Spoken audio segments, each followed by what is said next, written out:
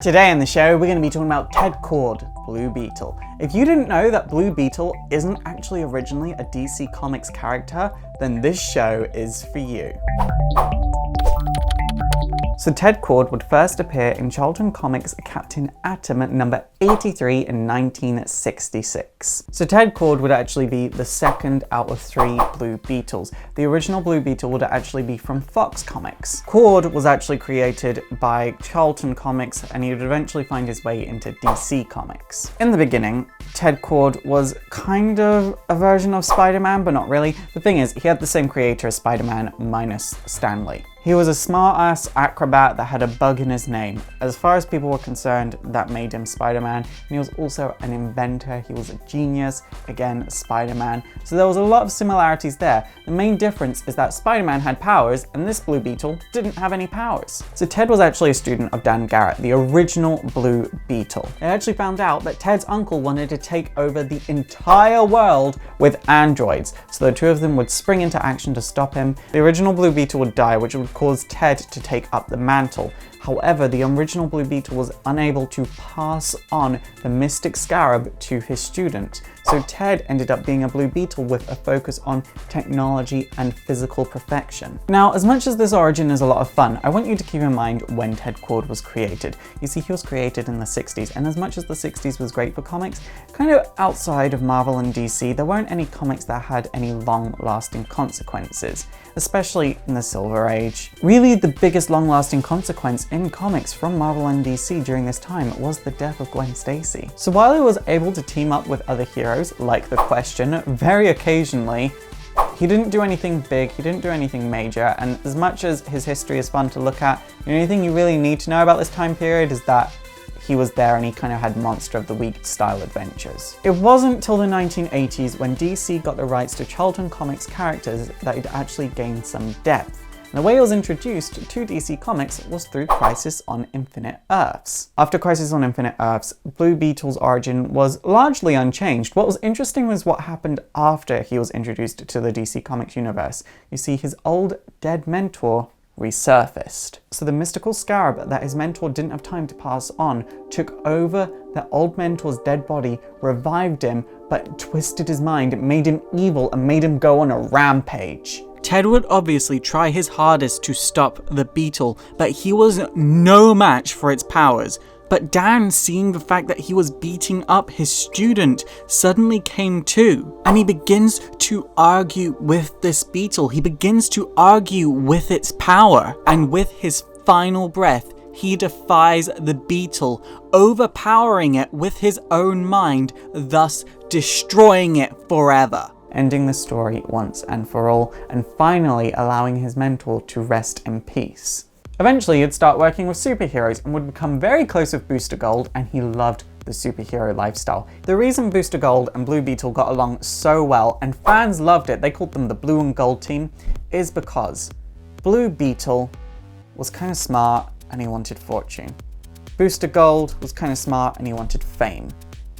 Fame, fortune goes together. It was brilliant. It was so good to the point that the two of them had a bunch of subplots that were kind of morally ambiguous, where they would just try and get fame and fortune. The Justice League could see their value, but no one liked them that much. In Ted's case, he made a lot of inappropriate jokes to the women, and so the women were just kind of like, "You are a scumbag." And then he'd go through a story arc where he'd struggle with his weight and he would recover from this. And this is a story arc I really like with him because I've always struggled with my weight. I gain weight so easily, so I always have to be really fit. I can't even allow myself a day where I just have a bag of sweets, even if I really want to. But after that, things wouldn't really get better for this character. He wouldn't have some amazing storyline after this.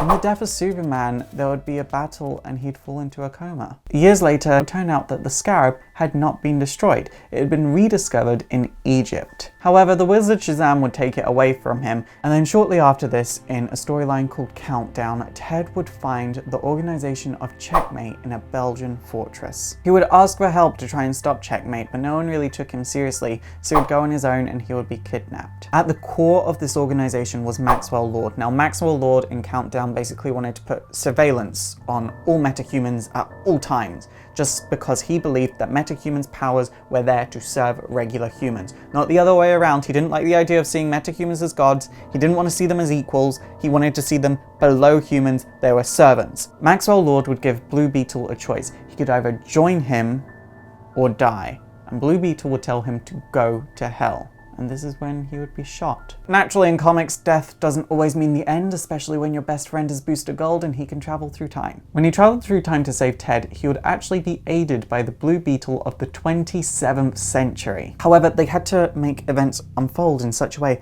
where everyone still thought that Blue Beetle was dead. So events would still unfold the way they were supposed to, and so history wouldn't be changed. But history was changed. Max was able to turn the entire world into a police state, and things weren't good, and it's here that Blue Beetle realizes he has to die. And it's also revealed that the Blue Beetle of the 27th century is actually an evil black beetle. So Blue Beetle goes and sacrifices himself. By the end of this, we see a figure enter one of the Cord Industry warehouses, and he has Blue Beetle Ted Kord's signature laugh. But you know, it definitely wasn't Ted because he was brought back to life as a Black Lantern in Blackest Night, so kind of hard to be laughing when you're dead. Long story short, with Blackest Night, Booster Gold is able to defeat Ted by using a ray gun that is created to simulate the light of the emotional spectrum, thus destroying the Black Lantern, and then he takes him into the time sphere so he can't be reanimated by a Black Lantern ring. Not much would happen after this. Max is able to alter the world to make everyone think that Blue Beetle committed suicide, but obviously this would be quickly undone, and then 2011 would roll on by and the New 52. So the New 52 wasn't great for Ted in the sense that he wasn't introduced till 2014, but he wasn't Blue Beetle, and as a reader myself, my reaction was just kind of, who the fuck is this guy? Oh wait, it's supposed to be him? All you need to know is Lex Luthor is a bastard to Cord Industries, Ted is a grad student, done.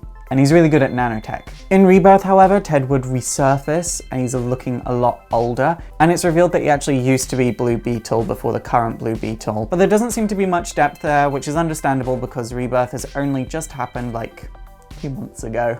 So I'm gonna give it more time before I pass judgment on his current incarnation. But yeah, that's where this character's history ends, considering we're caught up with like right now. And honestly, I'm kind of disappointed by the way things went down.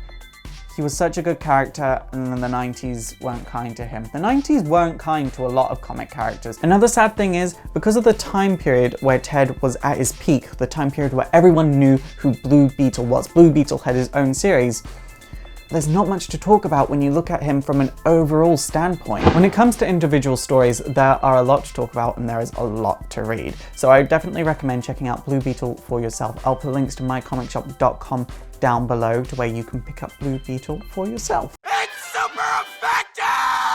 Okay guys, that is it for today. So what do you think of Blue Beetle? Are you kind of like me where I'm kind of like sad by how things turned out in the end? Please let me in the comments down below. And also don't forget to thumbs up and subscribe if you want to see more history videos. Also don't forget to like me on Facebook, follow me on Twitter, support my show by checking out my Patreon if you want to see bigger and better and more history videos. And also don't forget to subscribe to my gaming channel. My name is Faust, this has been Exploring Comics, and it is super effective. I won't lie, I've been on edge for the past 10 minutes because my microphone's about to run out of battery.